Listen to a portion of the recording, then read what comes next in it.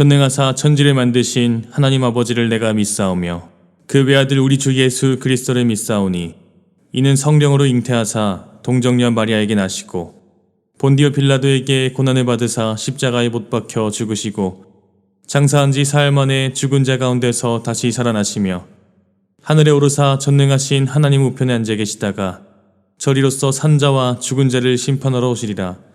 성령을 믿사오며 거룩한 공회와 성도가 서로 교통하는 것과 죄를 사하여 주시는 것과 몸이 다시 사는 것과 영원히 사는 것을 믿사옵나이다. 아멘. 샬롬! 여러분 안녕하세요. 지세훈 전도사입니다. 이제 진짜 방학이 얼마 남지 않았죠? 이번이 마지막 주말인가요? 어느새 시간이 이렇게 흘렀는데 아쉽지만 다음 방학을 기약하도록 하겠습니다. 남은 시간도 알차게 잘 보내시기 바랍니다. 자, 지난주에는 늘 찬양하는 우리가 되자라는 이야기로 마쳤는데 그러려면 우리가 찬양을 좀 알아야 하잖아요. 그래서 오늘은 말씀도 나누고 찬양도 한 곡 소개시켜 드리도록 하겠습니다. 자, 오늘은 꿈에 대해서 이야기를 나눠보려고 합니다. 먼저 오늘 말씀을 읽어보도록 하겠습니다. 갈릴리 해변에 다니시다가 두 형제 곧 베드로라 하는 시몬과 그의 형제 안드레가 바다에 금을 던지는 것을 보시니 그들은 어부라. 말씀하시되 나를 따라오라. 내가 너희를 사람을 낚는 어부가 되게 하리라 하시니 그들이 곧 그물을 버려두고 예수를 따르니라. 자, 이야기를 보면 이렇게 진행이 되죠. 베드로와 그의 동생 안드레가 갈릴리 해변에서 낚시를 하고 있는데 갑자기 예수님께서 등장하십니다. 그러더니 나를 따라오라 이렇게 말씀을 하시니 베드로와 안드레가 그물을 버려두고 곧 예수님을 따라갔습니다. 자, 굉장히 이야기의 흐름이 좀 뜬금없습니다. 어엿한 직업을 가지고 있던 이들이었는데 그냥 예수님의 말 한마디에 그 직업을 다 내팽개치고 심지어 어업을 하던 배와 그물도 다 내팽개치고 예수님을 따라 나섭니다. 어떻게 보면요, 참 이해하기 힘든 장면이에요. 그랬는데 왜 그들이 그렇게 할 수밖에 없었는지 그것을 한번 살펴보려고 합니다. 우선 이 당시는요, 로마의 지배를 받던 시기였습니다. 그러므로 어느 정도 로마의 규칙을 따라서 살아야만 했습니다. 아주 옛날에도 제가 말씀드린 적이 있었는데 이 당시 절대적으로 지켜야만 하는 규칙이 있었는데 그것은 바로 로마의 황제 숭배 사상이었습니다. 그래서 이스라엘에게도 로마의 황제에게 바칠 세금을 아주 강요했습니다. 각 지역마다 세리를 두었고요. 세리를 통해서 거두어들인 세금을 로마의 황제에게 바쳤습니다. 그 대가로 이스라엘 백성들의 삶을 안정적으로 유지해 주었죠. 세금을 어떤 방식으로 거둬들였냐면요, 대표적으로 이 갈릴리 해변, 오늘의 배경이 되는 곳이죠. 이곳의 이야기가 있습니다. 이 갈릴리 해변은요, 디베랴 호수라고도 부릅니다. 이 헤롯 왕이요, 이 로마의 황제에게 잘 보이기 위해서 이곳의 이름을, 로마의 황제의 이름을 따서 티베리아 호수라고 지었습니다.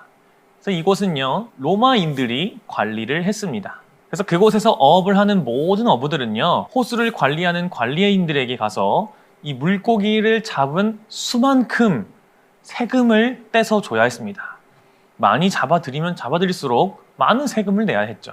사실 그걸로 끝이 아니었습니다. 로마 당국에 내는 세금, 그리고 이렇게 물고기 잡은 수만큼의 세금, 플러스 이스라엘에 내는 세금, 플러스 예루살렘 성전 유지비, 뭐 세금이 엄청 많죠. 그런데 플러스 제사장들을 위해서 내는 세금까지 몇 중으로 세금을 내야만 했죠. 그래서 세금을 내고 나면 수중에 남는 돈이 별로 없었습니다.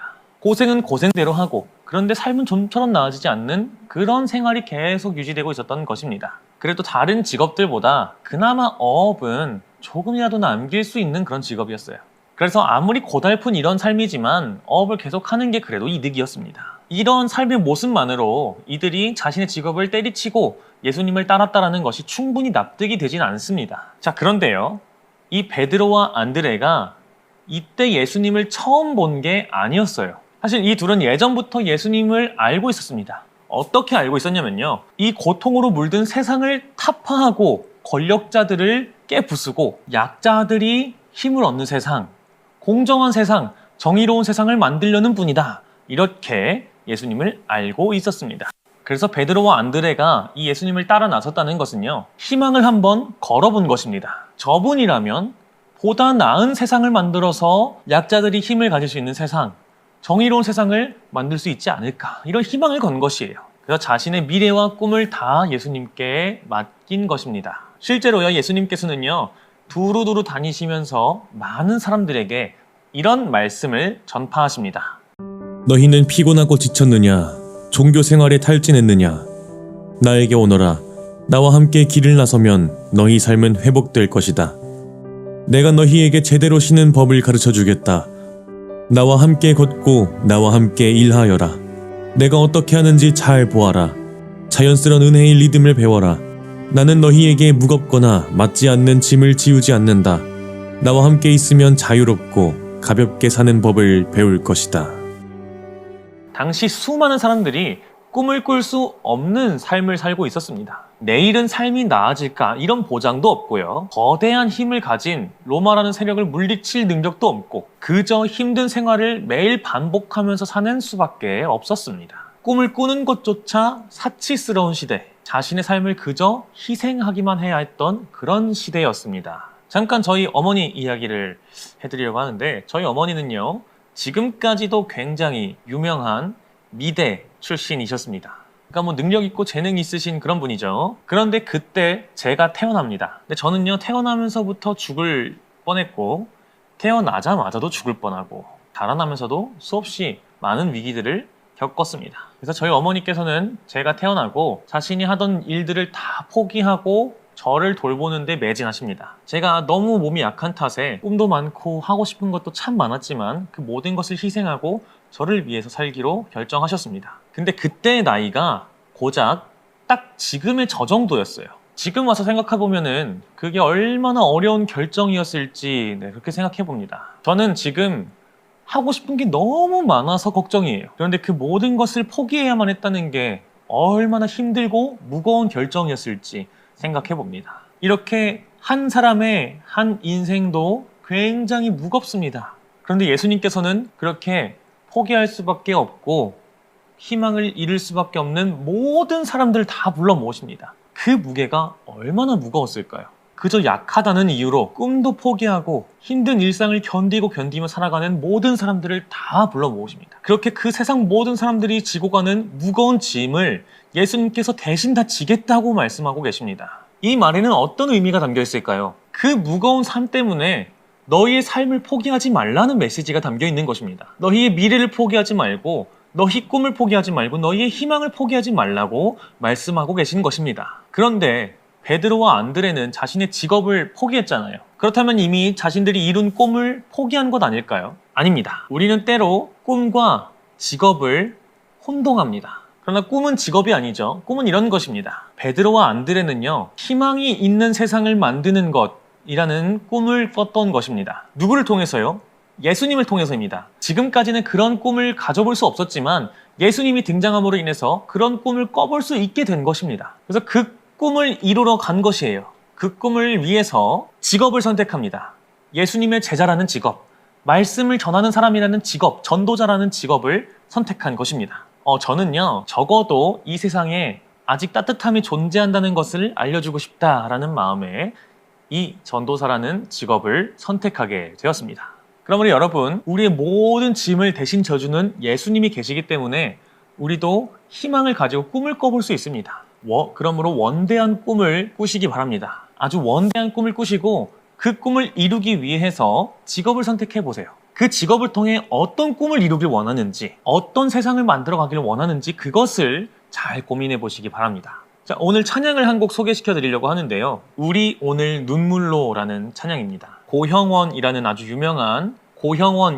아주 유명한 찬양 사역자님께서 만드신 그런 찬양인데요. 이 찬양을 만들게 된 이유가 있습니다. 너무 안타까운 일이 벌어졌는데 더욱 이 고형원 사역자님의 가슴을 아프게 했던 것은 그 학생이 마지막으로 남긴 일기의 내용이었습니다. 그 일기 속에는 이런 말이 적혀 있었습니다. 꿈꿀 수 없는 이 세상이 싫어요 라고 적혀 있었죠.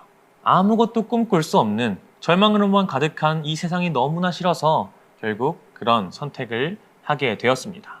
이에 교회학교 선생님들도 또 학교 선생님들도 다 자괴감에 빠져 있었습니다. 그리고 희망을 잃어가는 저 학생들을 위해서 우리가 무엇을 해줄 수 있을까, 이런 고민을 하였죠. 그때 고영원 사역자님께서도 함께 고민을 하면서 이 노래를 만드셨습니다. 이런 가사가 있습니다. 우리 오늘 눈물로 하나의 씨앗을 심는다.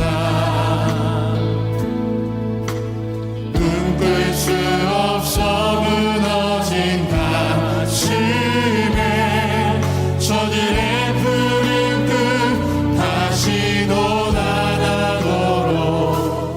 그것을 위해서 이 찬양을 만드셨습니다. 예수님께서 말씀하십니다. 무거운 짐을 지고 있는 너희들 모두 나에게로 와라. 그러면 자유롭고 가볍게 사는 법을 배울 것이다. 그 말을 믿으면서요, 우리에게 희망이라는 것이 존재한다는 것을 분명히 기억하는 것입니다. 그것을 믿으면서 오늘도 열심히 살아가는 것이에요. 예수님께서 내 삶의 모든 짐을 다 덜어주시기 때문에 우리는 꿈을 꾸면서 살아가면 된다. 그것을 믿음으로 오늘 하루 열심히 살아가는 것입니다. 그런즉 심는 이나 물 주는 이는 아무것도 아니로되 오직 자라게 하시는 이는 하나님뿐이니라. 우리가 희망을 볼 수밖에 없고 꿈을 이뤄낼 수밖에 없는 이유가 있습니다. 그렇게 오늘 하루도 열심히 정말 치열하게 우리가 심은 그 씨앗 하나를 하나님께서 자라나게 해주시기 때문입니다. 그러므로 힘들 때마다 이 찬양을 기억해 보시기 바랍니다. 그러면은 우리가 왜 희망을 볼 수밖에 없는지 그 이유를 다시 우리가 기억하게 될 것입니다. 예수님께서 우리의 모든 짐을 우리와 함께 하시면서 덜어주실 것이기 때문에, 우리의 인생길을 가볍게 걸어 나갈 수 있도록 도와주실 것이기 때문에, 그리고 또 우리를 위해서 그렇게 늘 기도해 주시는 우리 선생님들, 그 선생님들의 기도의 씨앗이 늘 심어지고 있기 때문에, 그것을 믿으면서 오늘 하루도 씨앗을 심는 우리들의 그 노력을 하나님께서 기억하시고 그 모든 씨앗들을 자라나게 해주실 것이기 때문에 우리는 늘 희망을 꿈꿀 수 있는 것입니다. 이것을 늘 기억함으로 원대한 꿈을 꾸고 그것을 하나님과 함께 이루어가시는 여러분 모두가 되시기를 간절히 소망합니다. 그럼 전도사님이 기도하고 마치도록 하겠습니다.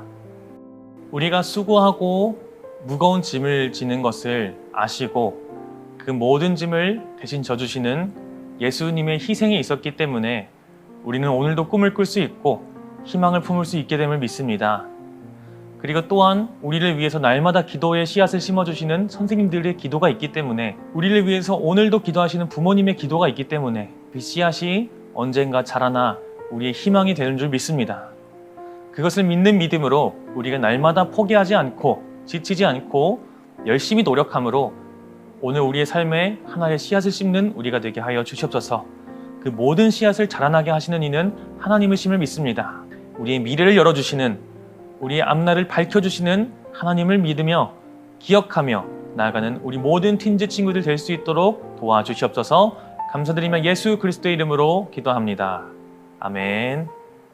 하늘에 계신 우리 아버지여, 이름이 거룩히 여김을 받으시오며 나라가 임하시오며 뜻이 하늘에서 이루어진 것 같이 땅에서도 이루어지이다. 오늘 우리에게 일용할 양식을 주시옵고 우리가 우리에게 죄 지은 자를 사하여 준 것 같이 우리 죄를 사하여 주시옵고 우리를 시험에 들게 하지 마시옵고 다만 악에서 구하시옵소서. 나라와 권세와 영광이 아버지께 영원히 있사옵나이다. 아멘.